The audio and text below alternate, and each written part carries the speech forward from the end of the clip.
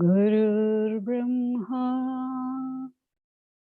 गुरुर्विष्णुः गुरुर्देवो महेश्वरः गुरुर्साक्षात् परं ब्रह्मा तस्मै श्री गुरवे नमः।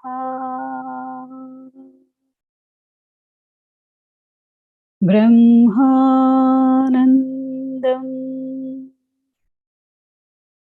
परमसुखदं केवलं ज्ञानमूर्तिं द्वन्द्वातीतं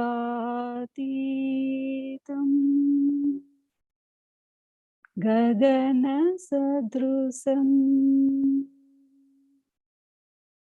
तत्त्वमस्यादिलक्ष्यम् एकं नित्यं विमलमचलं सर्वधी साक्षिभूतम्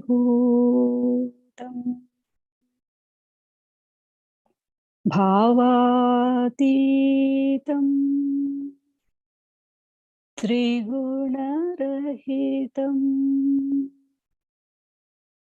सद्गुरुं तं नमामि। ॐ नमो ब्रह्मादिभ्यो ब्रह्मविद्या सम्प्रदाय कर्तृभ्यो वंश ऋषिभ्यो महाभ्यो नमो गुरुभ्यः। सर्वोपप्लवरहित प्रज्ञानघन प्रत्यगतो ब्रह्मैवाहमस्मि। अहं पदार्थरहितः सदाशिवसमारम्भाम् व्यासशङ्करमध्यमाम् अस्मदाचार्यपर्यन्तां वन्दे गुरुपरम्पराम्।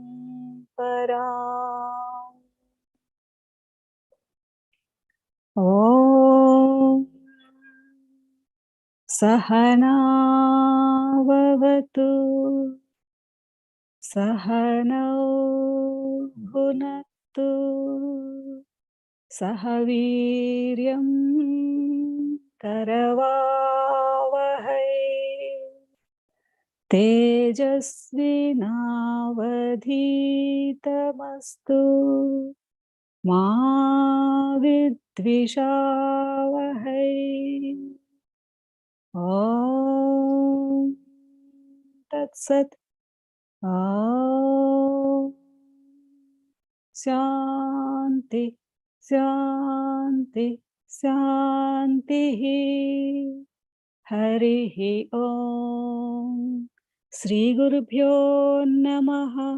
हरिः ॐ।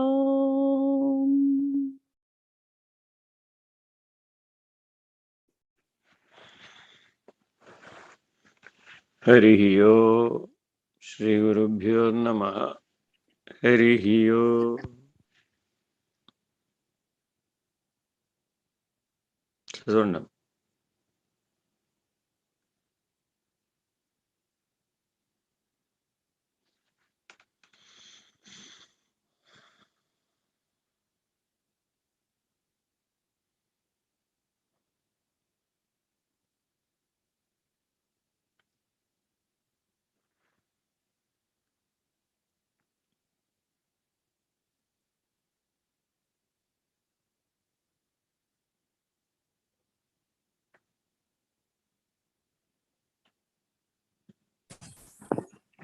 చదవమంటారండి? సారీ డిస్కనెక్ట్ అయిందండి కొద్దిగా.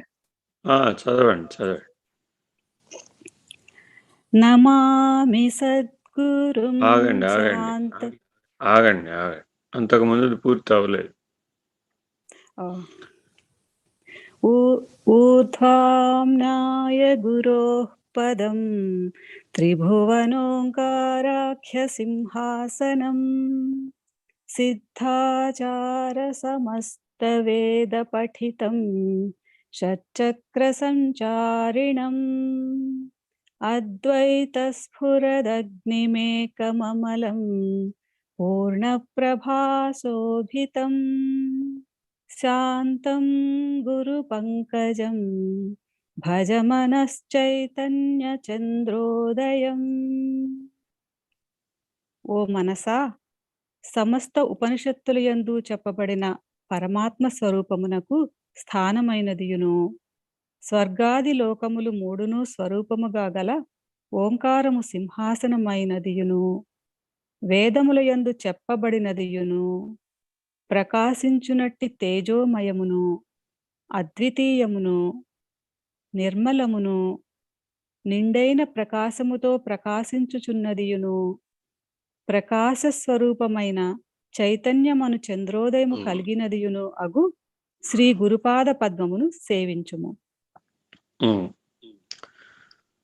ఊర్ధ్వామ్నాయ గురోః పదం త్రిభువనోంకారాఖ్య సింహాసనం సిద్ధాచార సమస్త వేద పఠితం షట్చక్ర సంచారిణం అద్వైత స్ఫురదగ్నిమేకమమలం పూర్ణప్రభాశోభితం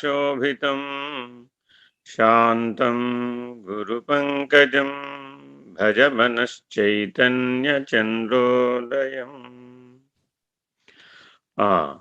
మనకి గురు పారంపర్యం అనే అంశం గురించి అనేక సార్లు చెప్పుకుంటూ ఉంటాం.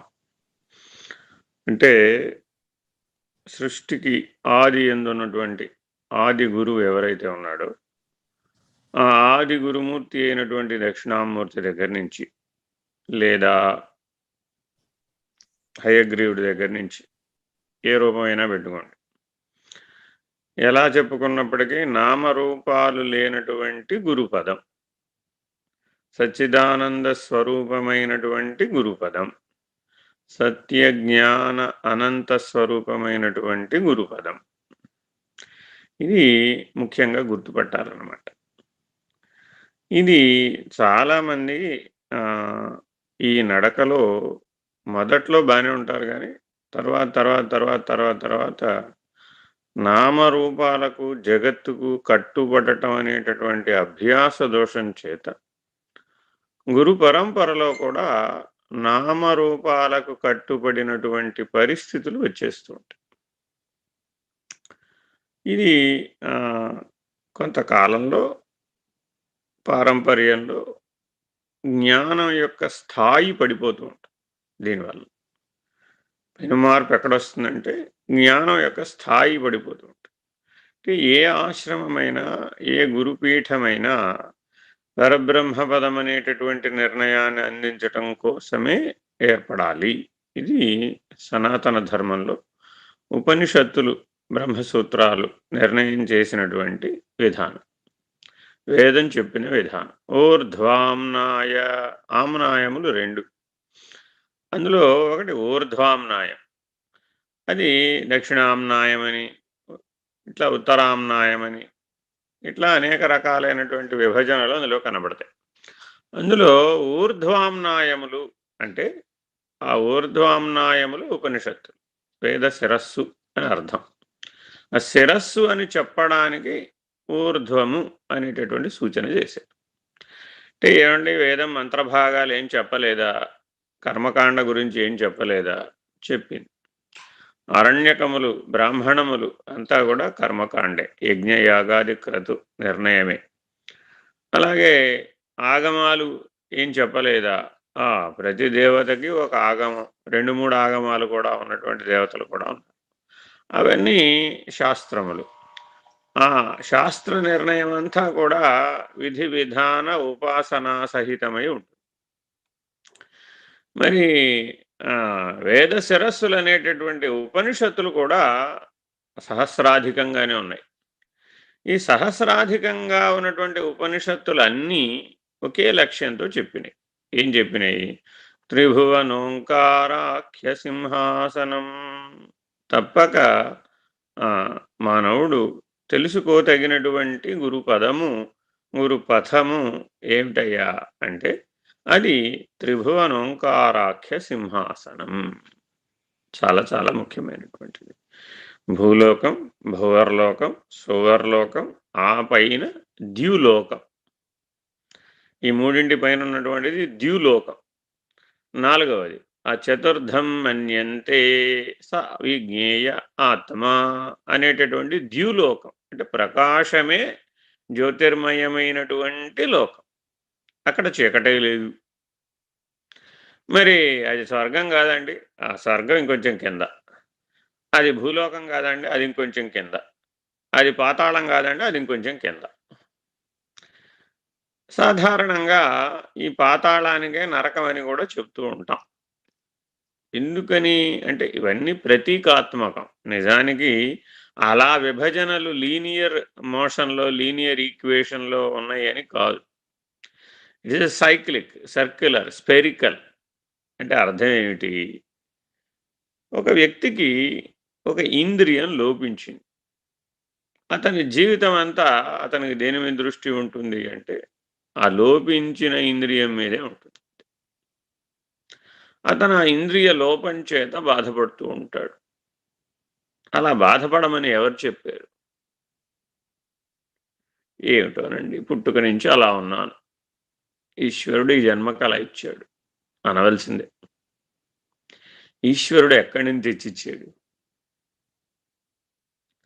ఆయన ప్రత్యేకంగా ఎక్కడ? ఈయన కోసం ప్రత్యేకంగా ఒక వ్యక్తి కోసం ఈశ్వరుడు ఆలోచించాడా? సృష్టి విధాన నియమం ఏ ఏ ఇంద్రియాలతో మానవుడు త్రిభువనోంకారాఖ్యపీఠమైనటువంటి ద్యులోకమైనటువంటి ఆదిత్య మండలమైనటువంటి అటువంటి హిరణ్య గర్భస్థితిని తెలుసుకోవడానికి ఏ ఇంద్రియాలు పనిచేయాలో ఆ ఇంద్రియాలు హిరణ్య గర్భస్థితిని తెలుసుకోవడం మానేసి తమ లక్ష్యమైనటువంటి దిశగా పనిచేయడం మానేసి పరపీడన పరాయణత్వంతో అవి ఎప్పుడైతే వ్యవహరిస్తాయో అది సకారణమే కావచ్చు, అకారణమే కావచ్చు, ప్రతివాడు వాడి చర్యలను సమర్థించుకుంటూ ఉంటాడు. ఇలా ఎందుకు చేసావు, ఇలా ఎందుకు మాట్లాడావు, ఇలా ఎందుకు అన్నావు, ఇలా ఎందుకు చేశావు అంటే ఏదో సకారణమో అకారణమో చెబుతారు. కానీ మరి అది పరపీడనం గనక కలిగించింది అనుకోండి, పరపీడనానికి ఫలితం వేదన, అంతే, వేరే ఇంకేం లేదు. మరి తీర్చరానటువంటి వేదన కలిగిందనుకోండి, అప్పుడు దాని పాతాళం అంటాం, అప్పుడు దాని నరకం అంటాం. అంతకుమించి వేరే ఏమి లేదు. అంటే భూలోకం మీదే ఉన్నాయి. ఇప్పుడు స్వర్గం కూడా ఇక్కడే ఉంది, నరకం కూడా ఇక్కడే ఉంది. భూలోకం, భువర్లోకం, సువర్లోకం 3 ఒకచోటే ఉన్నాయి. మానవ దేహంలోనే ఉన్నాయి. ఈ భూమండలం మీద 800 కోట్ల మంది మానవులు ఉంటే వాళ్ళని పరిశీలనం చేస్తే తీర్చరానటువంటి సమస్యలు ఉన్నటువంటి వాళ్ళు అనేక మంది. మరి వాళ్ళందరికీ ఆ తీర్చరాని సమస్య ఎలా కలిగింది అంటే లక్ష్యం తప్పి ప్రవర్తించడం వలన. ఎప్పుడు ఇది గ్రహించాలి. మానవ జీవితానికి లక్ష్యం ఈ శ్లోకం, ఈ మంత్రం సూటిగా చెప్తా. అనుక్షణం నువ్వు దేనికోసం జీవించాలి. ఊర్ధ్వాంనాయ గురో పదం త్రిభువనోంకారాఖ్య సింహాసనం. అక్కడ కూర్చోవాలట నువ్వు ఎప్పుడు. నీ స్థానం అది, నీ స్వస్థితి అది, నీ స్వరూపం అది. చాలా చోట్ల ఏదో స్వస్థత సభలని పెడుతూ ఉంటారు కొన్ని మతాల్లో. స్వస్థత అంటే అర్థం ఆరోగ్యం అని వాచ్యార్థం. ఏమంటే స్వస్థతగా ఉన్నారా, స్వాస్థ్యం ఎలా ఉంది అంటూ ఉంటాం. ఇది దైహిక ఆరోగ్యం అనుకుంటే పొరపాటు. ఆరోగ్యంలో 4 స్థాయిలు ఉన్నాయి. 1 దేహం బాగుండాలి, 2 మనసు బాగుండాలి, 3 హృదయం బాగుండాలి, 4 నీ ఆత్మశుద్ధి కూడా ఉండాలి. ఆత్మశుద్ధి లేని ఆచారమది ఏల, భాండ శుద్ధి లేని పాకమది ఏల అని పెద్దలు చిన్నప్పుడే పద్యాలు నేర్పుతారు. అందుకే పద్యాలు నేర్చుకోవాలి. ఈ ఆత్మ శుద్ధం గదండీ! ఆత్మ శుద్ధమే. ఎవరు కాదన్నారు? ఆత్మ శుద్ధము, బుద్ధము, ముక్తము. మనకు తెలియబడడం లేదే. వచ్చిన చిక్కది. ఆత్మ యొక్క లక్షణాలు నీకు తెలియబడితే, ఒక్కసారి శుద్ధము అనేటటువంటిది నీకు శౌచం అనేది బోధపడితే, పునః అశౌచాన్ని మీద పోసుకోవడానికి ఇష్టపడతాడా? దీనికొక చిన్న ఉదాహరణ చెప్తా. చిన్న పిల్లవాడికి అశౌచం తెలీదు. వాడికి అశౌచం వాడి స్వబుద్ధి పనిచేసేంత వరకు వాడికి అశౌచం లెక్కగట్టడానికి వీల్లేదు. వాడు అక్కడే అశుద్ధం విడిచిపెడుతూ ఉంటాడు. దాంట్లోనే ఆడుకుంటూ ఉంటాడు. వాడికేం తేడా లేదు. వాడికంతా బ్రహ్మానందమే. అదేమిటంటే వాడి స్థితి అది. వాడికి తెలియడం మొదలుపెట్టిందండి. ఇది అశౌచం, ఇది అశుద్ధము అని. ఇంకా మీరు వాడిని జీవితంలో మళ్ళా మార్చలేరు. ఇంకా అది ప్రింట్ పడిపోతుంది వాడికి. వాడే చెప్తూ ఉంటాడు ఇక రివర్స్. ఎంత దూరం అండి మరి ఏమండి వికాసం రావాలొద్దా? తెలియాలి. ఎవరు తెలియదన్నారు? తెలియాలి. కానీ ఈ భౌతికమైన అశౌచము, అశుద్ధం మాత్రమే తెలిస్తే లాభం లేదు. అది ప్రయోజనం లేదు. కాబట్టి పిల్లవాడు ఎదిగే కొద్దీ వాడికి అనేక రకాల అశౌచాలు, అశుద్ధాలు చెప్తూ ఉంటాం. అది చెప్పడానికి కూడా వేదమే చెప్పింది మళ్ళా. అవే ఆరణ్యకాలు, బ్రాహ్మణకాలు. ఎలా అశౌచం నుంచి శౌచానికి రావాలి, ఎలా శుద్ధం నుంచి అశుద్ధం నుంచి శుద్ధానికి రావాలి, ఎలా బద్ధము నుంచి బుద్ధానికి రావాలి. ఎందుకు పెట్టారండి ఈ రెండు మాకు? లేనిపోతా కదా, జీవితం అంతా పాటించినా కూడా అది ఎప్పటికే అవ్వదు. ఈ క్లాసు పూర్తి అయిపోయింది అనుకుంటే అది ఎప్పటికే అవ్వదు. చేస్తూనే ఉండాలి జీవితం అంతా. అదేమిటో అంతేనాయన, జీవితం అంతా భోజనం చేస్తూ ఉండాలి, విడిచిపెడుతూనే ఉండాలి, తప్పదు. మరి ఏం చేయమంటారంటే ఆ బద్ధము నుంచి బుద్ధము నుంచి బుద్ధముగా అవడానికి. అంతేగాని ఎప్పుడు బద్ధము అనేటటువంటి స్థితిలో ఉండకూడదు. అందుకని మానవులందరికీ ఒకే లక్ష్యాన్ని ప్రతిపాదన చేసింది గురుగీత. ఏమిటది? త్రిభువనోంకారాఖ్య సింహాసనం. నువ్వు నిద్రపోతూ కూడా ఆ త్రిభువనోంకారాఖ్య సింహాసనంలోనే ఉండాలి. సర్వవ్యాపక ప్రకాశమైనటువంటి స్థితిలో ఉండాలి. సర్వదేవతా సత్తాకమైనటువంటి స్థితిలో ఉండాలి. షట్చక్రోపరిభాగమైనటువంటి సహస్రారంలోనే ఉండాలి. అంతేగాని షట్చక్ర సంచారిణం అన్నారు కదండి. మరి అక్కడ ఉండి కిందకి దిగొచ్చాడు అవసరాన్ని బట్టి. ఎక్కడ అవసరమైతే అక్కడికి వచ్చాడు. మళ్ళా రెపపాటులో వెళ్ళిపోయాడు. వాడు ముక్తుడు, వాడు సిద్ధుడు, వాడు జ్ఞాని. ఎవడైతే తద అవసరాన్ని బట్టి తత్పదంలో నుంచి త్వం పదముగా అవ్వకుండా తత్పదములో నుంచి అసిపదములో స్థిర నివాసం ఏర్పరచుకున్నటువంటి వాడు, స్థిరముగా ఉన్నటువంటి వాడు. త్రిభువనోంకారైక్య సింహాసనం, త్రిభువనోంకారాఖ్య సింహాసనం. ఆఖ్యము ఐక్యము.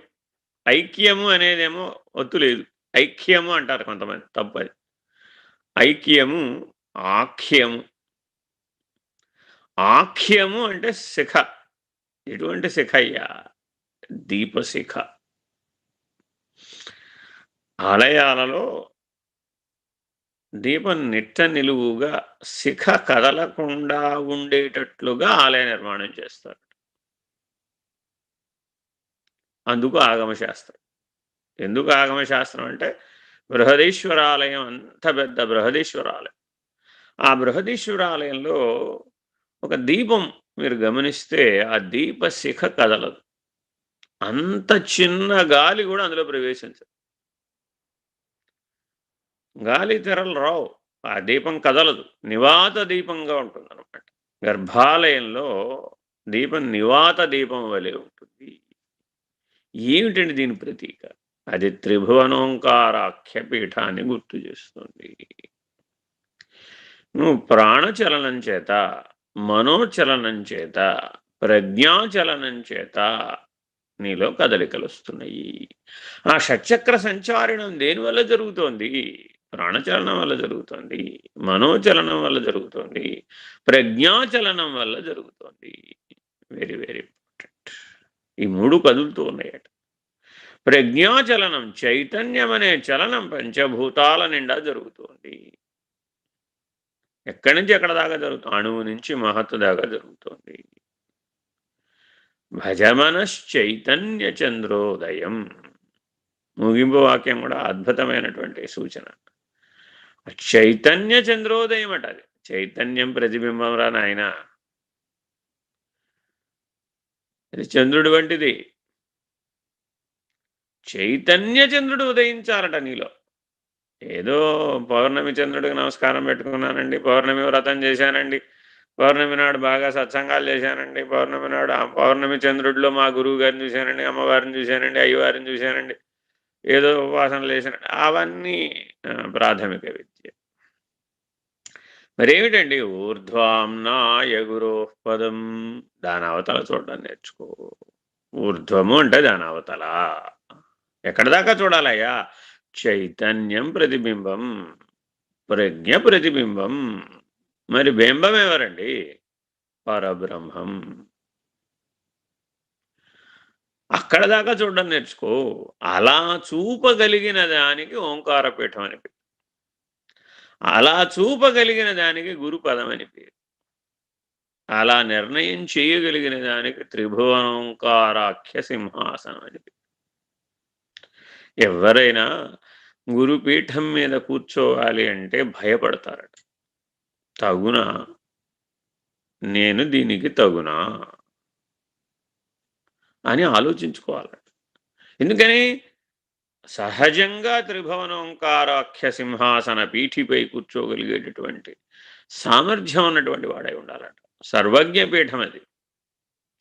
శంకర భగవత్పాదులు భారతదేశమంతా పర్యటించి షణ్మత స్థాపనాచార్య అనేటటువంటి స్థాయిని పొంది సర్వసమదర్శి అయి అందరినీ సంస్కరించి సమయాచారం అనేటటువంటి విధానాన్ని ప్రతిష్టాపనం చేసి పంచాయతన పూజ అనేటటువంటి విధానాన్ని మనకు అందించి చిట్ట చివరికి కాశ్మీరంలో ఉన్నటువంటి సర్వజ్ఞ పీఠాన్ని అధివసించడానికి వెళితే వాగ్దేవత పరీక్ష పెట్టింది. నీకు అధికారిత్వం ఉందే ఈ సర్వజ్ఞ పీఠం మీద కూర్చోడానికి? ఏమిటి? 16 సంవత్సరాల వయసులో బ్రహ్మసూత్రాలకు భాష్యం రాసినటువంటి శంకర భగవత్పాదులకు, 16 సంవత్సరాల వయసులో దశోపనిషత్తులకు భాష్యం రాసినటువంటి శంకర భగవత్పాదులు, తదుపరి 16 సంవత్సరాలు కేవలం లోక కళ్యాణం నిమిత్తమై 4 సార్లు 4 చెరగులా పర్యటించిన అదే జీవితంగా జీవించినటువంటి శంకర భగవత్పాదులను త్రిభువనోంకారాఖ్యపీఠమైనటువంటి సింహాసనం మీద సర్వజ్ఞ పీఠం మీద కూర్చోవాలి అంటే నీకు అధికారం ఉందా అని ప్రశ్నించింది. ఇవాళ గురుపీఠం అంటే ఒక ఆట. ఒక 4 ఏళ్ళు, ఒక 5 ఏళ్ళు, 4 పాఠాలు నేర్చేసుకుంటే గురువుగారే. దానికో పట్ట, వారికో పేరు, వారికో ప్రచారం, వారికో విధానం, ఇలా ఏర్పరచుకుంటున్నాం. ఎక్కడ ఏ స్థాయి నుంచి ఏ స్థాయికి వచ్చేసాం? కలియుగంలోనే. ఏదో వశిష్ఠ మహర్షి దగ్గర లేకపోతే కృతయుగంలో ఉన్నటువంటి సప్త ఋషుల దగ్గర మనం చెప్పుకోవటంలే. కృతయుగంలో ఉన్నటువంటి మహర్షులు బ్రహ్మనిష్ట కొరకు కనీసం 10,000 సంవత్సరాలు తపస్సు చేయాలి. 10,000 సంవత్సరాలు. అసలు అంత ఆయుర్దాయం ఏది మన దగ్గర? 10,000 అంటే 10 సార్లు పుట్టిపోవాలి. 10 సార్లు పుట్టిపోయినా ఏటు కనపడాలి. 100 సార్లు పుట్టిపోవాలి. ఏది పూర్ణ ఆయుర్దాయం, శతాయుర్భవత్ ఉంటే. కాబట్టి ఇవాళ మనం everything made easy, everything is simple అంతేనండి. అంత గొడవ ఎందుకండి? కలవు స్మరణాన్ముక్తి అన్నారు కదా, ఏదో కృష్ణారామ అనుకుంటాం, మాకు ముక్తినిచ్చేయండి. ఇంత గొడవ ఎందుకండి బాబు? మా బుర్రంతా తినేస్తూ ఉంటారు మీరు. ఎలాగోలా మమ్మల్ని మార్చేయాలని మీరు ఏదో చెవిలో శంఖం పట్టుకుని ఊదేస్తూ ఉంటారు. మాకేమో కృష్ణారామ అంటమే కష్టం. నాయనా పెద్దలను ఎవరిని విమర్శించకు, శాస్త్ర నింద చేయకు. ఆహా, ఎలాగోలా ఆ పని చేయకుండా నేను ఉండలేనండి. ఇతరులనేవారు లేరు నాయన. ఉన్నదంతా ఆత్మస్వరూపమే, ఉన్నదంతా బ్రహ్మస్వరూపమే. అలా ఉండు నాయన. అలా ఉండలేనండి. నాయనా సదాచారంతో జీవించు నాయనా, సదసద్వివేకంతో జీవించు నాయన. అసత్తే నాకు బాగుంటుందండి. సత్తు బాగోదు. ఇలాగా మన జీవితం ఒక్కొక్క మెట్టు, ఒక్కొక్క మెట్టు, ఒక్కొక్క మెట్టు ఎక్కడ దాకా పడిపోయింది అంటే, మళ్ళా మొదటి మెట్టైన నిత్యానిత్య వస్తు వివేకం నేర్చుకునే స్థాయికి పడిపోయింది. ఎవరు పడేశారు? ఈ పడేయటానికి కూడా ఈశ్వరుడే కారణమేనా? అదేంటండి, నా జీవితం అంతా ఈశ్వరుడే కదండి. సర్వకారణం ఈశ్వరం అని మీరే చెప్పారు కదండి. నేను ఇలా పడిపోవడానికి, నాకు ఈ అజ్ఞానావస్థ కలగడానికి కూడా ఆ ఈశ్వరుడే కారణం అందామే అనుకోండి. మరి ఈశ్వరుడు చెవిలో ఇల్లు కట్టుకుని జ్ఞాన ప్రబోధం చేయడం లేదా? అన్ని దేవాలయాల్లో బోధించటం లేదా? అన్ని ఆశ్రమాలలో బోధించడం లేదా? నీ గృహాన్ని గృహస్థాశ్రమంతో దేవాలయంగా తీర్చిదిద్దుకోమని శాస్త్రం చెప్పడం లేదా? దేహమే దేవాలయంగా జీవించమని ప్రబోధించడం లేదా? దేహియే దేవదేవుడనే గుర్తును పట్టుకోమని చెప్పడం లేదా? మరి ఉత్తమమైనటువంటి గుర్తు ఏమిటండి? ఏమంటే విభూతి పెట్టుకోమంటారా? అదో గుర్తు. కుంకుమ పెట్టుకోమంటారా? అదో గుర్తు. చెవులకి కుండలాలు వేయించుకోమంటారా? అదో గుర్తు. వెనక శిఖ పెట్టుకోమంటారా? అదొక గుర్తు. తెల్లటి బట్టలే కట్టుకోమంటారా? అదొక గుర్తు. ప్రతిదానికి ఒక దీక్ష, ఒక విధానం, ఒక సంవిధానం ఎందువలన ఏర్పాటు చేసుకోమన్నారు అంటే, నిన్ను చూస్తే ఆ త్రిభువనోంకారాఖ్య సింహాసనాన్ని అధివసించినటువంటి జ్ఞానం కనబడాలి. నువ్వు కనబడకూడదు. నువ్వు కనబడకూడదు ఎప్పుడూ కూడా. ఎప్పుడు ఎవరు కనబడాలయా అంటే, ఆ త్రిభువనోంకారాఖ్య పీఠం వసించినటువంటి ఆది గురువైనటువంటి దక్షిణామూర్తి యొక్క దర్శనం కలగాలి ఎవరికైనా. అలాంటి స్థితిలో ఉండాలి. క్రుద్ధుడుగా ఉండకూడదు, బుద్ధుడుగా ఉండాలి. బుద్ధుడంటే కలియుగంలో వచ్చినటువంటి సిద్ధార్థుడు గురించి చెప్పడం లేదు. వేదం ఎప్పటి నుంచో ఈ బుద్ధ స్థితి గురించి చెప్తుంది. ఆయన స్థితి గురించి తెలుసుకోవాలి. ఎప్పుడు గుర్తుపెట్టుకోవాలి. ఈ ప్రపంచంలో మనం ఎవరైనా సరే చిన్న సహాయం చేసిన వాళ్ళందరినీ కూడా భగవంతుడిలాగా వచ్చి సహాయం చేశామని అంటుంటాం. మరి శివగురు, నిజగురు, పరమగురు, పరమేష్ఠి గురు అనే 4 గురు పారంపర్యముల ద్వారా అశరీరులై సహాయం చేస్తున్నటువంటి గురువులకి ఏమని పేరు పెట్టారు? మనం విన్నా, వినకపోయినా, ఆచరించినా, ఆచరించకపోయినా, పాటించినా, పాటించకపోయినా క్షమించవలనంటే గురువుగారే, క్షమించవలనంటే తల్లిగారే. ఆ జగజ్జనని క్షమించినట్లుగా, ఆ జగద్గురువులు క్షమించినట్లుగా ఎవరూ క్షమించరట. ఎందుకని అంటే, సారీ అండి అని చెప్పడం మనకు అలవాటు. Please excuse me. ఏవయ్యా ఇవాళ పొద్దున 5కి లేచావుటయ్యా? ఎక్స్‌క్యూజ్ మీ సార్, రాత్రి లేట్ అయింది. అందుకని లేవలేదు. మరి త్రిభువనోంకారాఖ్య పీఠం సంగతి ఏమిటయ్యా? ఇవాల్టి కుదరలేదండి. రేపు ప్రయత్నిస్తాను. ఎందుకని? ఆ బ్రహ్మముహూర్త కాలంలో ఆ సంధ్యోపాసనతో జీవితం జీవించేటటువంటి వాడి యొక్క జీవితం ఎలా ఉంది? బారెడు బొద్దెక్కాక పళ్ళు తోమేవాడి సంగతి ఎలా ఉంది? అంటే ఇది ద్యులోకము చేరడానికి ఈ భూలోకమే సాధనోపాయం. ఈ భూలోకమే పాతాళ లోకానికి చేరడానికి కూడా సాధనోపాయం. నీ జీవితాన్ని నువ్వు ఎట్లా మలుచుకుంటావనేది నీకే స్వేచ్ఛనిచ్చేశాడు పరమాత్మ. 84 లక్షల జీవరాశులలో దేనికి ఇవ్వనటువంటి స్వేచ్ఛ మానవుడికి. ఆ స్వేచ్ఛ ఇవ్వడమే ఈశ్వరానుగ్రహం. అదే ఈశ్వరానుగ్రహంతో మనం చేయవలసినటువంటి ఏ పని చేస్తున్నాం, ఏ దృష్టితో చేస్తున్నాం, దాని పరిణామం ఎంత దూరం ఉంటుంది? విచారణ లేకుండానే మాట్లాడటం, విచారణ లేకుండానే చేయడం, విచారణ లేకుండానే అంటే లక్ష్యం లేకుండా జీవించటం వలన అనేక రకములైనటువంటి పతనములు ఏర్పడుతూ ఉంటాయి. కాబట్టి ఆ పతనం జరగకుండా ఉండాలి అంటే నువ్వు స్థిరంగా ఓ దాన్ని పట్టుకోవాలట. అదేమిటి అంటే నీ సహస్రారాన్ని గట్టిగా పట్టుకోవాలట. ఆ త్రిభువన ఓంకారాఖ్య సింహాసనమైనటువంటి దాన్ని గట్టిగా పట్టుకో. 2 పోలికలు ఒకసారే చెప్పేశాడు. ఒకటేమిటి నీ సహస్రారంలో నువ్వు నిలకడ కలిగి ఉండాలి. జాగ్రత్త అవస్థలోనూ అక్కడే ఉండాలి, స్వప్నావస్థలో అక్కడే ఉండాలి, సుషుప్తి అవస్థలో కూడా అక్కడే ఉండాలి. ఎవడైతే మూడవస్థలలోనూ ఆ సహస్రార మధ్యస్థానంలో నిలకడ కలిగి ఉంటాడో వాడు తురియనిష్ఠుడు. చాలా చాలా ఇంపార్టెంట్. ఇక్కడి దాకా వచ్చినటువంటి వాడికి అప్పుడు దానికి పరం అనేటటువంటి నిర్ణయం అవుతుంది. అలాగే భూలోకం, భువర్లోకం, సువర్లోకం అంటే అర్థం ఏంటి? నాభీకందమునకు దిగువనున్నదంతా కూడా పాతాళం, నాభీకందం నుంచి అనాహతం మధ్యలో ఉన్నదంతా భూలోకం, అనాహతం నుంచి ఆజ్ఞాచక్రం వరకు ఉన్నదంతా సువర్లోకం, ఆ ఆజ్ఞాచక్రం పైన ఉన్నటువంటిది ద్యులోకం. కాబట్టి మన శరీరాన్ని ఇట్లా విభజన చేసి చూపెట్టే ఇదొక రకమైన విభజన.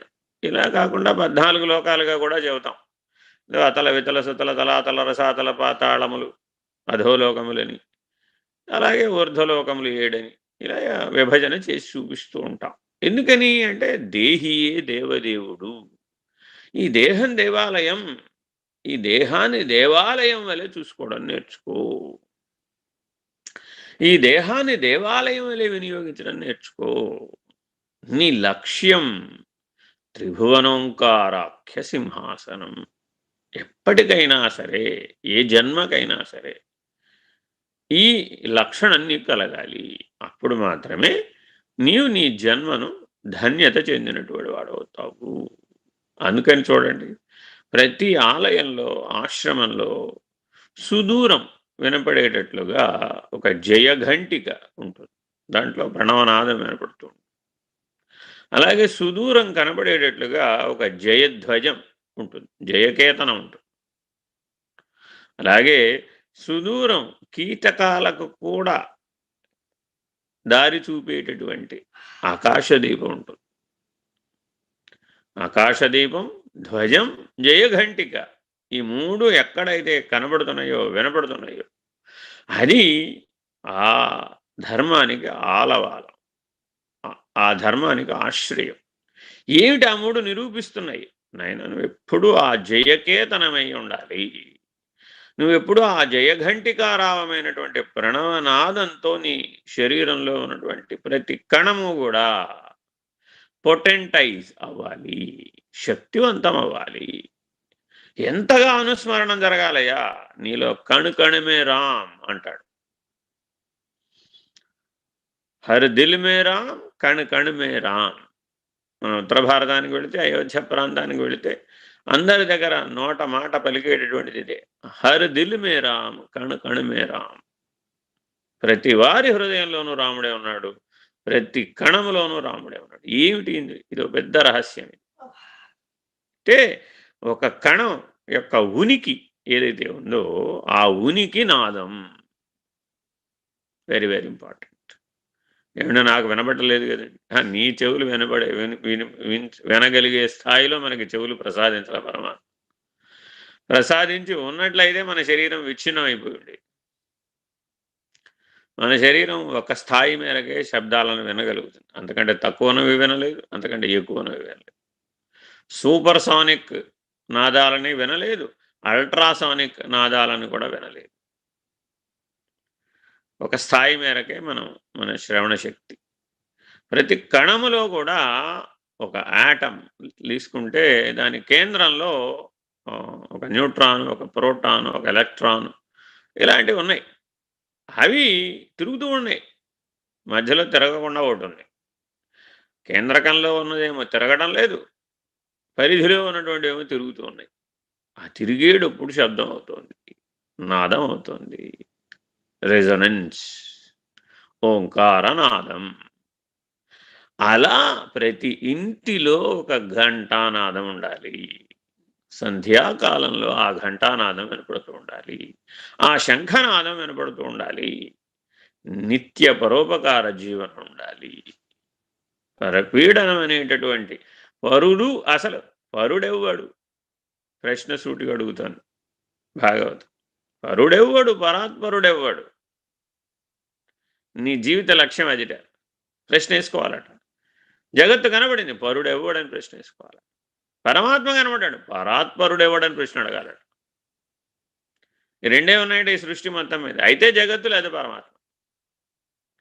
జగత్తు కనబడింది అనుకో, పరుడెవ్వడు అని అడగాలి. అసలు రెండో వాడేటి? ఉన్నదంతా ఆత్మస్వరూపం అంటుంది. పరమాత్మే నిజంగా కనబడ్డాడు, అప్పుడు పరాత్పరుడు ఎవడు ఆయన అని అడగాలట. పరమాత్మ అంటూ నిజంగా కనబడితే నీ జీవితంలో ఎప్పటికైనా నీకు నిజ గురు దర్శనం గనక కలిగితే నువ్వు ఒక ప్రశ్న అడగొచ్చట. ఏ బోల్డ్ పుంఖాను పుంఖాల ప్రశ్నలు, సందేహాలు ఏమీ లేవు. ఏమండి, కళ్ళు పైకి తిప్పమంటారా, కళ్ళు బయటికి తిప్పమంటారా, చేతులు ముడుచుకోమంటారా, చేతులు వదిలేయమంటారా, తూర్పుకు చూడమంటారా, ఉత్తరానికి చూడమంటారా? ఈ సందేహాలకు ఏం ప్రయోజనం లేదు. ఒకే ఒక ప్రశ్న ఉందట, నిజగురు దర్శనం కలిగితే అయ్యా పరాత్పరుడెవడు? అది అసలు ఒకటి ఉందే, దాని గురించి చెప్పండి. ఆ త్రిభువనోంకారాఖ్య పీఠం, ఆ సింహాసనం మీద అధివసించినటువంటి గురుమూర్తిని మనం ఈ శ్లోకం ఏం చెప్తోందయ్యా అంటే, భజమనశ్చైతన్య చంద్రోదయం. సహస్రారంలో ఆ చంద్రబింబం వరే ప్రకాశం ఎవరికైతే కలిగిందో అతడు ఒక్క ప్రశ్న వేశాడు, అయ్యా పరాత్పరుని గురించి చెప్పండి, ఆ పరాత్పరుడనే నిర్ణయం గురించి తెలియజేయండి అని అడిగాడట. అంతే, ఇంకేం అడగలేదు. మరి పరాత్పరుడు గురించి ఎలా చెప్తాడు? వాగ్భవకూటం నుంచి కిందకు దగ్గర పనిచేస్తే, గొంతు దగ్గర విశుద్ధ చక్రం పనిచేస్తేనే, ఉదానవాయువు పనిచేస్తేనే మాటలు వస్తాయి, లేకపోతే రావు. ఈ ఉదానవాయువు, వాగ్భవకూటం, విశుద్ధ చక్రం పని చేయలేదనుకోండి, ఏ వ్యక్తి మాట్లాడలేడు. మనం మూగవాళ్ళని చూస్తూ ఉంటాం. వాళ్ళలో ఆ విశుద్ధ చక్ర వికాసం లేదు, వాళ్ళలో ఏ ఉదాన వాయు వికాసం లేదు. అందువలన వారు మాట్లాడలేకపోతున్నారు. వాళ్ళ జీవితాన్ని గమనిస్తే మనం ఎంత పరమాత్మ యొక్క దయకు, కృపకు పాత్రలమయ్యామో అర్థమవుతుంది. ఒక్కసారి మగవారితో పోల్చుకోవాలి. ఈశ్వరుడు మాట ఇచ్చి మన జీవితాలను ఎంత సులభం చేసేసాడంటే, ఏదైనా మాట ద్వారా చెప్పేయచ్చు. అసలు ఇది చెప్పడానికి వీల్లేదనేది లేదు, అన్నీ చెప్పేయచ్చు. ఎక్కడ దాకా చెప్పచ్చట? పరుడు వరకు చెప్పచ్చట. పరాత్పరుడు గురించి చెప్పడం కుదరదు. పరుడు దాకా చెప్పచ్చు, నాద బ్రహ్మము దాకా చెప్పచ్చు, శబ్ద బ్రహ్మము దాకా చెప్పవచ్చు, ఓంకారాఖ్యపీఠ సింహాసనం వరకు కూడా చెప్పవచ్చు. కానీ అధివసితుడైనటువంటి నిజగురు స్థితిని గురించి చెప్పాలనుకోండి, అది సాధ్యపడదు. అందుకని పరాత్పర నిర్ణయమైన వాడెవడ, వాడు నిజగురు, వాడు స్వగురు. సశరీరుడు అనుకోండి స్వగురు అంటాం, అశరీరి అనుకోండి నిజగురు అంటాం. ఇక సద్గురు, పరమగురు, పరమేష్ఠి గురువులు అందరూ అశరీరులే. వాస్తవానికి స్వగురు అని చెప్పేవాడు కూడా శరీరంలో ఉన్న అశరీరి. కాబట్టి పరాత్పర నిర్ణయం పొందాలి అంటే శిష్యుడు కూడా అశరీరే అయి ఉండాలి, అప్పుడే అది సాధ్యమవుతుంది. అంత సుదూరమైనటువంటి, అంత సులభమైనటువంటి, ఇది సుదూరం, ఏకకాలంలో సులభం. వివరించి చెప్తే అబ్బా ఇంత దుర్లభంగా పెట్టారేమిటండి, ఇంత కష్టంగా పెట్టకపోతే చేతిలో ఉసిరికాయలాగా పెట్టచ్చు కదా. అది చేతిలో ఉసిరికాయలాగానే, అది హస్తామలకమే. ఎందుకని? నేనెవరన్న ప్రశ్న ఒకదానికి సమాధానం పొందరా నాయన, మిగిలిన ప్రశ్నలన్నీ పక్కకు పెట్టు. హస్తామలకమే, ఎవరు కాదన్నారు? నిన్నేమన్నా 50 ప్రశ్నలు ఏమన్నావా? ఏమనలేదే. ఒక్క ప్రశ్నకి సమాధానం పొందు, నేనెవరన్న ప్రశ్నకి సమాధానం పొందు, అయిపోతుంది.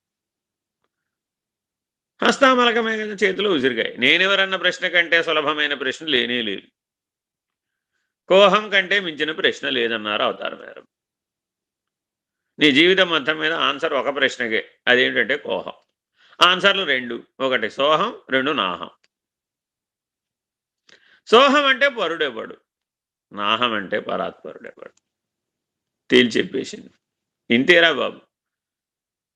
నువ్వు వంకాయ తింటావా, బెండకాయ తింటావా, బీరకాయ తింటావా, ఏదో ఒకటి తింటాను ఆయన. ఏమండి, పన్నీరు చల్లుకోమంటారా, చన్నీరు చల్లుకోమంటారా? ఏదో ఒకటి చల్లుకో. ఏవండి విభూతి చల్లుకోమంటారా? గంధం పెట్టుకోమంటారా? ఏదోటి పెట్టుకోరా నాయన. అడ్డబొట్టు పెట్టుకోమంటారా? నిలువు బొట్టు పెట్టుకోమంటారా? ఉన్న నొసల్ని ఏం చేయాలో ఆలోచించు. పుడుతూనే ఓ నొసటి రేఖతో పుట్టావు కదా! దాని సంగతి ఆలోచించు. నొసలు వ్రాత మార్పగ తరమే అజునకైనా వానబ్బకైనా అంటాడు వేమన. అంటే కొద్దిగా సూటిగా చెప్పారు. అంతకుమించి పెద్ద అందులో వేరే అర్థమేం లేదు. నొసటి రాత మార్పగ తరమే అజునికైనా వాని అబ్బకైనా అంటే అక్కడ అర్థం ఏంటంటే వాని అబ్బ సంగతి తెలుసుకోమని. ఓ పక్క ఏం చెప్తున్నాడు? అజుడు అంటున్నాడు. వాడికి పుట్టుక లేదంటున్నాడు. అజుడంటే బ్రహ్మమని కాదు. అజుడంటే పుట్టుక లేనివాడు. ఎవడి గురించి తెలుసుకోవాలట? ఆ అజుడంటే పరుడు. నువ్వెవరి గురించి తెలుసుకుంటే లేకుండా పోతుందట? వాడి అబ్బ గురించి తెలుసుకోవాలి. వాడి అబ్బ అంటే పరాత్పరుడు. వాడి సంగతి తెలుసుకుంటే అయిపోతుంది. కాబట్టి వేమన శతకాలని నిజంగా అన్వయం తెలిసిన వాళ్ళకి తెలుస్తుంది. ఓహో! ఎంత సూటిగా సులువుగా చెప్పాడురా నాయన. అయిపోయింది ఉపదేశం. ఇదే ఉపదేశం పొమ్మన్నాడు. ఆయన దగ్గరికి వెళ్ళి అడిగారట. ఆయన ఆయన యోగి వేమన కదా! ఆయన పేరు మనం ఏంటంటే ఈ ప్రపంచంలో ఎవరినైనా సరే జ్ఞానులందరినీ ముందు యోగులు అంటూ ఉంటాం. పూర్ణ జ్ఞానం అదమైనటువంటి వాళ్ళందరినీ ముందు యోగులు అంటూ ఉంటాం.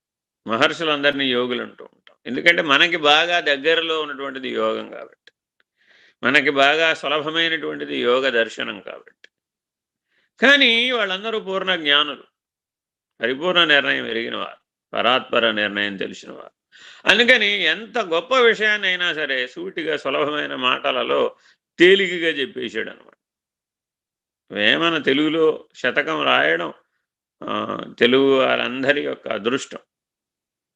ఎందుకనంటే ఆ పరిపూర్ణ నిర్ణయం రహస్యంగా మర్మంగా చెప్పబడింది వేమన పద్యాలలో. చాలా జాగ్రత్తగా వాటిని విశ్లేషిస్తే అర్థమవుతుంది. అందుకని నొసటి రాత మార్పగ తరమే అజునకైన వానబ్బకైన అంట. మరి సులభమే కదా! ఎవరయ్యా ఆయన అంటే త్రిభువనోంకారాఖ్య సింహాసనం. చూడండి, సంస్కృతంలో చెప్తే అబ్బా ఎంత బాగా చెప్పాడు, తెలుగులో చెప్తే ఏంటిట చెప్పాడు. అంటే భాషాభేదం చేత వాగ్వైభవం పుట్టి పడుతూ ఉంటుంది. అది వైభవమే, వస్తువు కాదు. ఎప్పుడు ఇది గుర్తుపెట్టుకోవాలి. అయ్యవారికి 33 కోట్ల ఆభరణాలు పెడితే అందంగా కనబడతాడు. అలంకారికం, వైభవం. మరి వాస్తవ దర్శనం ఏమండి? విశేషమైన దర్శనం ఏమిటంటే ఆయనకి ఏ అలంకారాలు లేకుండా గురువారం నాడు కనబడతాడే, అది విశేషమైన దర్శనం, నిజ దర్శనం. ఆ రోజేం అలంకారం ఉండదు. గురువారం నాడే శ్రీ వెంకటేశ్వరుని దర్శించాలండి, నిజ దర్శనం కలుగుతుంది. ఏ అలంకారం ఉండదు. చూడండి, కాబట్టి ఏ గురువుని ఆశ్రయించాలి? నిజ గురువుని ఆశ్రయించాలి. మరి మన పూజా విధానం కూడా నిజ గురు పూజా విధానం అంతే. ఎందుకంటే ఎప్పటికైనా నువ్వు ఆ నిజం అనేది ఏమిటో తెలియాలి. నిజం నిప్పు లాంటిదండి. ఈ మాట అందరికీ తెలిసిందే. నిజం నిప్పు లాంటిదండి అంటే ఏమిటి దాని అర్థం? తప్పక నిన్ను కాల్చివేస్తుంది. జ్ఞానాగ్నిదగ్ధ కర్మాణ, నీ కర్మలనన్నింటినీ దహించవేయగలిగినటువంటి నిజవస్తువు ఏదైతే ఉందో, నిజ గురుపీఠం ఏదైతే ఉందో, ఆ నిజం అనేటటువంటి దాంట్లోనే ఉంది రహస్యం అంతా కూడా. నిహి జం, వాస్తవానికి దాన్ని సంస్కృతాన్వయింది, అది తెలుగు శబ్దం. వ్యుత్పత్తి అర్థం కింద వెనకకి తీసుకుంటే జం అంటే పుట్టుక. నిహి జం, నీ పుట్టుక లేకుండా చేస్తుంది అనేది, అదే నిజం.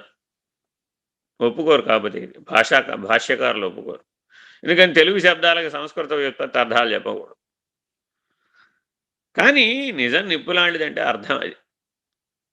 జాగరూకుడవై జ్ఞానాగ్నిని సముపార్జించు, ఆ జ్ఞానాగ్ని దగ్ధ కర్మాణమయ్యే జీవితాన్ని జీవించు. ఆ జీవితమే నిజమైన జీవితం. ఎంతసేపు ఆ మూలాధారాన్ని పట్టుకుని ఏమేడుస్తావు?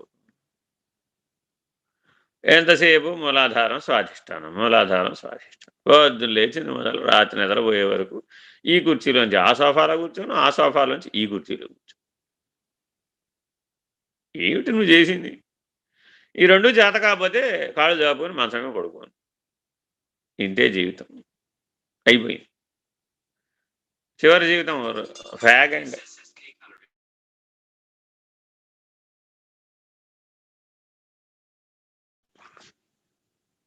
చిట్ట చివరి కాలంలో వచ్చినటువంటి వృద్ధాప్య జీవితాన్ని చూసుకోవాలట.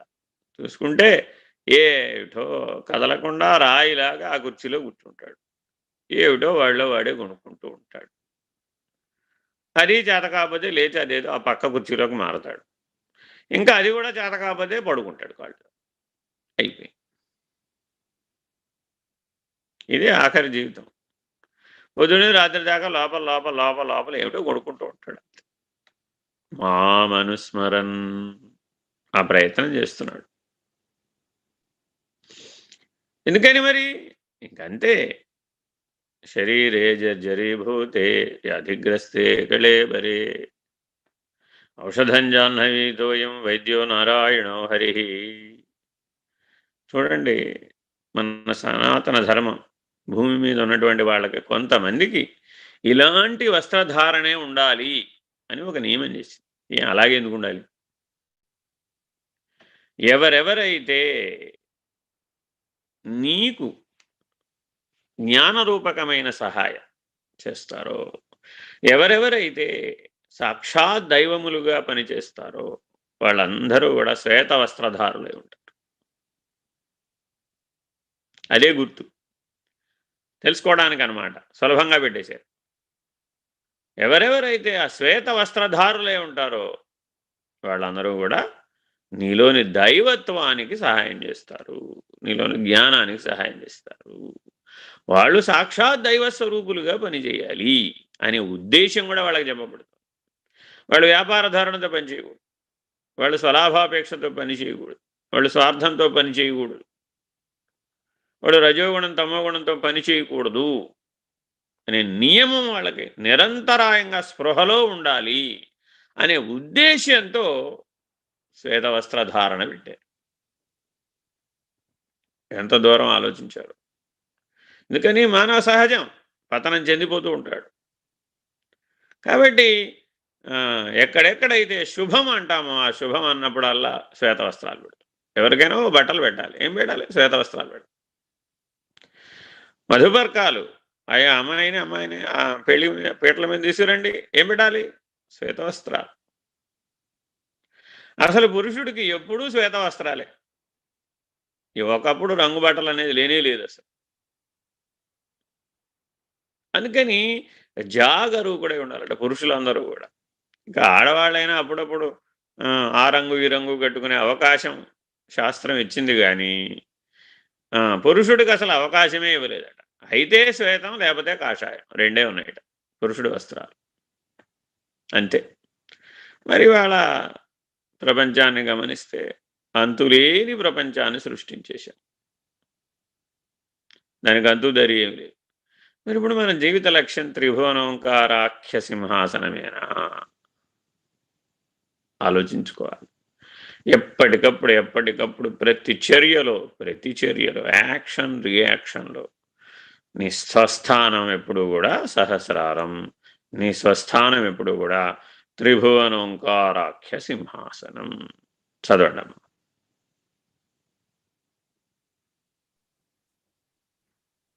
నమామి సద్గురుం శాంతం ప్రత్యక్ష శివరూపిణం శిరసా యోగపీఠస్థం ముక్తికామార్థసిద్ధిదం. ప్రత్యక్షముగా శివస్వరూపుడును జీవబ్రహ్మైక్యమనిడి యోగపీఠమను సింహాసనమందుండి మోక్షాపేక్ష యొక్క ప్రయోజన సిద్ధి నొసగువాడును అగు సద్గురువును గూర్చి శిరస్సుతో నమస్కరించుచున్నాను. Very very important. గురు పారంపర్యం చెప్పేటప్పుడు నమామి సద్గురుం శాంతం ప్రత్యక్ష శివరూపిణం శిరసాయోగపీఠస్థం ముక్తికామార్థసిద్ధిదం. సద్గురుమూర్తి దర్శనానికి వెళితే సద్గురువుని మనం ఎలా చూడాలి, సద్గురువుని ఏమడగాలి, సద్గురువు దగ్గర ఏం చేయాలి, ఈ 3 మాటలు ఈ ఒక్క మంత్రంలో ఉన్నాయి. ఎప్పుడు ఇది గుర్తుపెట్టుకోవాలన్నమాట. ఎందుకని ఈ ప్రపంచం అంతా కూడా సద్గురు పీఠాలతో నిండిపోయి ఉంటుంది. ఎక్కడికి వెళ్ళినా సద్గురువులుంటారు. ఏ దేశానికి వెళ్ళినా, ఏ ప్రాంతానికి వెళ్ళినా ఆయా ప్రాంతాలలో ఉన్నటువంటి సద్గురుమూర్తులు ఎప్పుడూ ఉంటారు. మహర్షులందరూ సద్గురువులే. బ్రహ్మజ్ఞానులందరూ సద్గురువులే. బ్రహ్మనిష్ఠులందరూ సద్గురువులే. అందుకని సద్గురుమూర్తికి 2 లక్షణాలు చెప్పాడు. శాంతం ప్రత్యక్ష శివరూపిణం. ఆ సద్గురుమూర్తిని దర్శిస్తే నీకు 2 లక్షణాలు సుబోధకం అవుతాయి. ఒకటి పరమశాంత స్వరూపుడు. ఆయన ఎక్కడ ఉంటే అక్కడ శాంతం నెలకొంటుంది. ఆయన ఉంటే చాలు అంతే. అందుకని మనమందరం కూడా ఏం చేస్తామంటే ఆ సద్గురుమూర్తి యొక్క ప్రతిమలు తెచ్చింటి పెట్టుకుంటాం. ప్రతి వాళ్ళు చూడండి, ఓ షిరిడీనో, ఓ ప్రశాంతి నిలయమో, లేకపోతే మరో చోటుకో, మెహరాబాదో, ఇలా అనేక చోట్లకి, ఒక రమణాశ్రమానికో, ఒక అరుణాచలానికో, లేకపోతే ఒక ఆరోవిల్లే అదేంటి అరవిందో ఆశ్రమానికో, లేదా ఒక కాళీఘాట్కో, ఒక దక్షిణేశ్వరానికో, ఇలా అనేక చోట్లకి మనం వెళితే ఆయా ప్రాంతాలలో ఉన్నటువంటి సద్గురుమూర్తుల యొక్క దర్శనం చేసి వారి ప్రతిరూపాన్ని, ప్రతీకను తెచ్చి ఇంట్లో పెట్టుకుంటాం. ఎందుకని అంటే రోజు నమస్కారం చేసుకోవాలి కదండి. మరి రోజు నమస్కారం ఇప్పుడు ఎవరికి చేస్తున్నాడు? ఆ సద్గురు పీఠానికి చేస్తున్నాడా? ఆ సద్గురు మూర్తికి చేస్తున్నాడా? ఆ సద్గురు లక్షణానికి చేస్తున్నాడా? దేనికి చేస్తున్నాడు?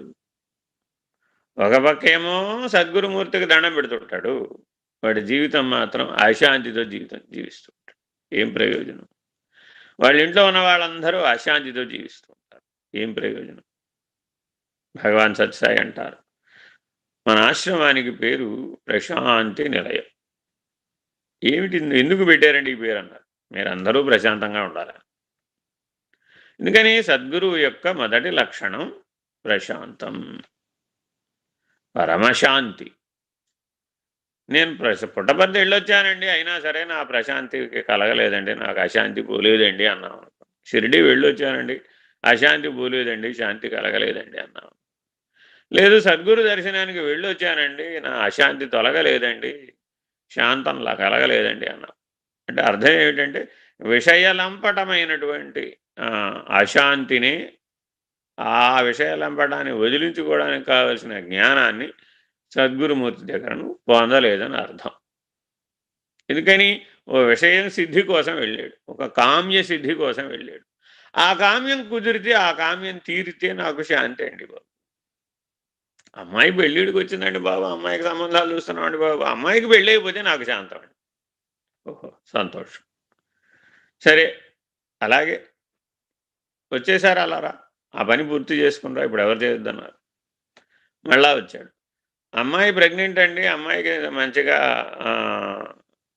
ప్రసవం సరిగ్గా జరిగేటట్టు, పిల్లవాడు సరిగ్గా పుట్టేటట్టు, వాడు సరిగ్గా జీవించేటట్టు ఆశీర్వదించండి. సంతోషం, శుభం. అలాగే వెళ్ళాను ఆయన.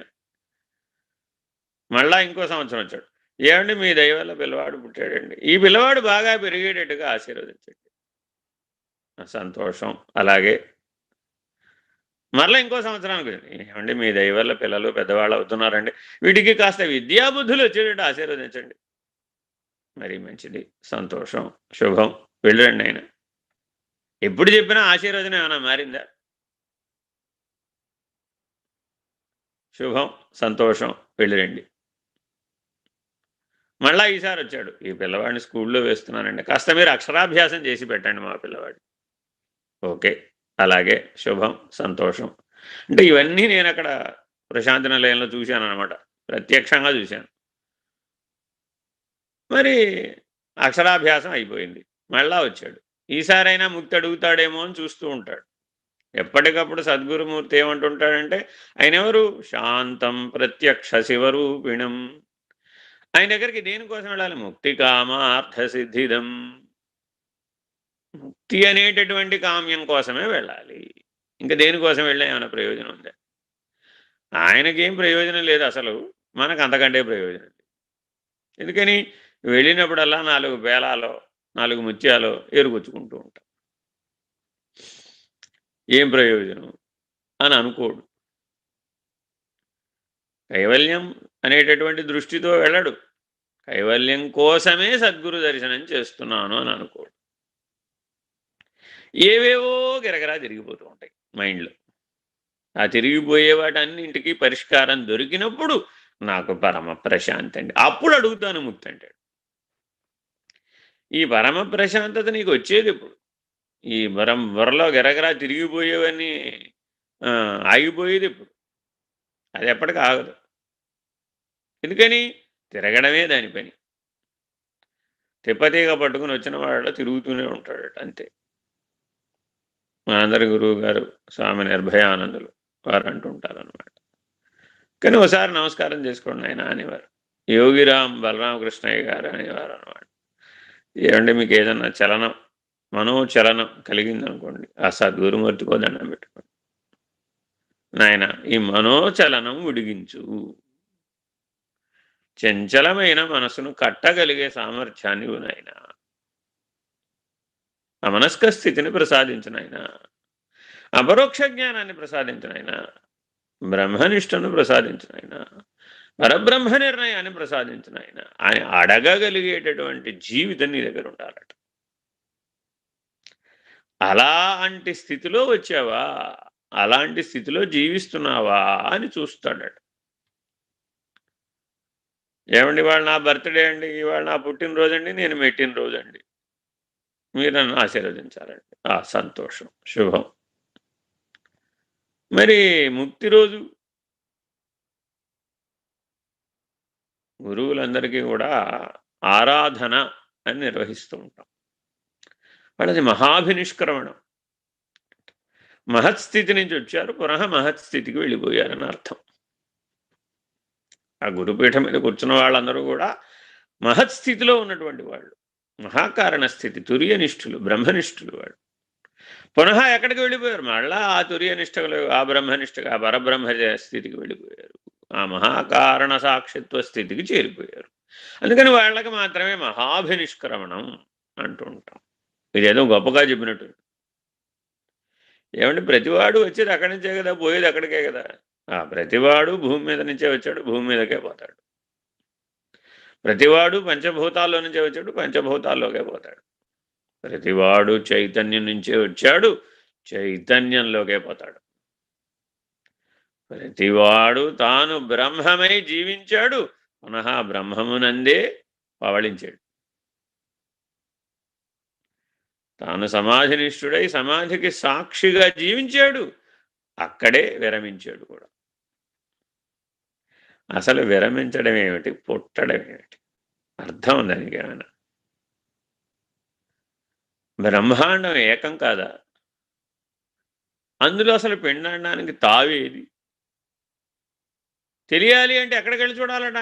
వియన్మండలం, విరాట్ పురుష స్థితి నుంచి చూడవయ్యా. ధ్రువ మండలానికి వెళ్ళి అక్కడి నుంచి నీ భూమి ఎంత, నీ పంచభూతాలు ఎంత, నీ పాంచభౌతిక దేహం ఎంతో చూడు ఒకసారి. ఆ స్థానంలోంచి చూడు. భూమండలమే ఆవగింజంత. ఈ భూమండలం ఆవగింజంత ఉంటే దాని మీద మళ్ళా మనకో దేశం, ఆ దేశం కోసం మరో దేశంతో యుద్ధం, 1,00,000 మందిని చంపితే కానీ మనలో ఉన్న రక్తదాహం పిపాస తీరదు. ఈ ఈ ఈ ద్వేషం వలన ఏమైనా ప్రయోజనమా? అవతార మెహర్ బాబా అంటారు, ఏముంది నాయన, ఆదిమ మానవుడు రాళ్లతో కొట్టుకున్నాడు, ఆధునిక మానవుడు బాంబులతో కొట్టుకుంటున్నాడు, అంతే తేడా. కొట్టుకోవడం అనే పని తగ్గలేదురా నాయన. అదే మాట మన ఇళ్లలో కూడా మనం అప్లై చేసుకోవాలి, మన మనసులో కూడా అప్లై చేసుకోవాలి. పుడుతూ మనం ఘర్షణతో పుట్టాం. అఘమర్షణ ఎప్పటికవుతామో తెలియదు.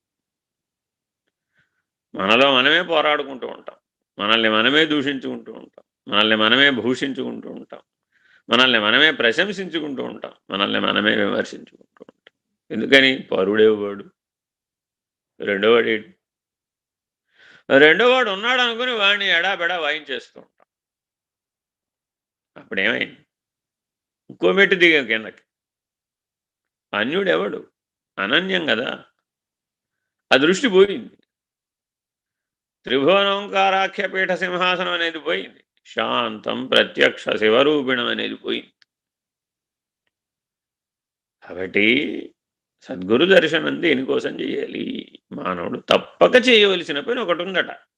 అదేమిటి? సద్గురు దర్శనం. ఎందుకు చేయాలి? ముక్తి కామార్థ సిద్ధిదం. ఈ జీవితం మొత్తం మీద నీకు ఒక సిద్ధి కావాలయ్యా, అది ముక్తి అయి ఉండాలి. అణిమ గరిమ లహిమ మహిమ ఈశిత్వ వసిత్వ ప్రాకామ్య సిద్ధులన్నీ కావాలా వద్దా? అవి ముత్యాల వంటివి. ఏమండి, వివాహం కావాలా వద్దా? పిల్లలు కావాలా వద్దా? వాళ్ళు పెరిగి పెద్దవాళ్ళు అవ్వాలా వద్దా? నేను ఇల్లు కట్టుకోవాలా వద్దా? ఆ ఇంట్లో నేను ఉండాలా వద్దా? సుఖం కావాలా వద్దా? దుఃఖం కావాలా వద్దా? ఇవన్నీ పేలాల వంటివి. ఎప్పుడు ఇది గుర్తుపెట్టుకోవాలి. మానవుడి జీవితం అంతా ఎప్పుడు పేలాలు ముత్యాల మధ్యలో జరిగిపోతూ ఉంటుంది. ఇవన్నీ పేలాలు, పేలినట్టు పేలుతూ ఉంటాయి అంతే. ఎందుకు పేలాలన్నారంటే పేలటమే వాడి పని. పేలితే కానీ నీకు అవి అంతకుముందు గింజ రూపంలో ఉన్నాయనుకోండి, అవి తినలేవు. అవి పేలితేనే నీకు ఆనందాన్ని ఇస్తాయి అన్నమాట. కానీ అవన్నీ పేలాలంటే. కానీ సనాతన ధర్మంలో ఒక పండుగకి మనం పేలపిండి తింటాం. గొప్ప సూచన అండి అది. పేలపిండి. ఎందుకురా పేలపిండి అంటే, మానవ జీవితంలో పరమాత్మని అడిగి ఏం అడుగుతున్నామంట, సద్గురుమూర్తిని ఏం అడుగుతున్నామంటే పేలపిండి అడిగాడు అంతే. అంటే మనం ఐహికమైన భౌతికమైన దృష్టితో జీవించే జీవితం అంతా కూడా పేలపిండితో సమానమైనటువంటిది అనేటటువంటి గొప్ప నిదర్శనాన్ని ఇచ్చింది ఆ పండుగ. ఇంట్లో పేలాలు చేసినా చేయకపోయినా బజార్ నుంచి అయినా సరే పేలపిండి కొనుక్కొచ్చు తింటాడు ఆ ఏకాదశి అంతే. ప్రతిదీ సుబోధకం చేస్తూ ఉంటుంది, గుర్తు చేస్తూ ఉంటుంది. ముక్తి కామార్థ సిద్ధిదం. జాగరూకుడవై పట్టుకోవాలి. సద్గురుమూర్తిని ఎలా దర్శించాలి, ఏం అడగాలి, రోజు ఏం చేయాలి, అసలు అనుక్షణం ఏం చేయాలి, ఇలా జాగరూకుడవై ఎప్పుడైనా గుర్తుపెట్టుకోవాలి. కర్మకు అతీతంగా ఉండి కర్మ చేయాలి. స్వరూప జ్ఞానంలో స్థిరమై కర్మ చేయాలి. కర్మత్యాగం చేయకూడదు. ఎందుకంటే కర్మత్యాగం చేసే అవకాశమే లేదు. శరీరం ఉన్నంతకాలం కర్మ చేయవలసింది.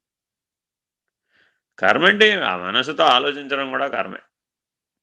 ప్రాణం పైకి కిందకి కొట్టుకోవడం కూడా కర్మే. మరి కర్మ చేయకుండా అసలు శరీరం నిలబడదు. కాబట్టి జగద్వస్తుమేకమఖిలం కర్మవశ పార్థ. ఈ జగత్తులో ఉన్న సకల వస్తువులు, సకల చరాచర సృష్టి కర్మవశమై పనిచేస్తుంది. పని చేయి, అసలు కదలాలంటే కర్మ పనిచేయాల్సింది అంతే. కదలకపో ఆయన మాట్లాడుతున్నాడంటే కర్మ పనిచేస్తున్నట్టు. అది సత్కర్మే అయి ఉండాలి, అది సదాచారమే అయి ఉండాలి, అది సదసద్విలక్షణమైనటువంటి స్థితి అయి ఉండాలి, సద్బ్రహ్మ అనేటటువంటి నిర్ణయమే అయి ఉండాలి, అది సద్గురుమూర్తి ఆశీర్వచనమే అయి ఉండాలి, అది సద్గురు ఆశ్రయమే అయి ఉండాలి, సద్బుద్ధిని కలిగించాలి, సల్లక్షణాలను కలిగించాలి, సద్దర్శనాన్ని పొందాలి. ఇన్ని అంశాలను, ఇన్ని మాటలను సత్ అన్న ఒకే ఒక దాంతో ఏకరువు పెడుతుంది వేదాంతం. ఉపనిషత్తుల నిండా ఈ సత్ అన్న శబ్దమే ఉంటుంది. ఎన్నో రకాలుగా వాడతాం ఈ సత్ అన్న శబ్దాన్ని. ఎందుకని సల్లక్షణ శోభితుడై ఉండాలి శిష్యుడు, సద్దర్శన సిద్ధిని కలిగించేవాడై ఉండాలి సద్గురువు. అటువంటి సద్గురుమూర్తికి నమస్కరిస్తూ స్వగురు, నిజగురు, పరమగురు, పరమేష్ఠి గురు పరబ్రహ్మణే నమః. హరి ఓం. శ్రీ గురుభ్యో నమః. హరి ఓం. నారాయణ నారాయణ. ఓం పూర్ణమదః పూర్ణమిదం పూర్ణాత్ పూర్ణముదచ్యతే పూర్ణస్య పూర్ణమాదాయ పూర్ణమేవావశిష్యతే. ఓం తత్సత్. ఓం శాంతి శాంతి శాంతిః. హరిః ఓం. శ్రీ గురుభ్యో నమః. హరిః ఓం. నారాయణ నారాయణ. నారాయణ నారాయణ.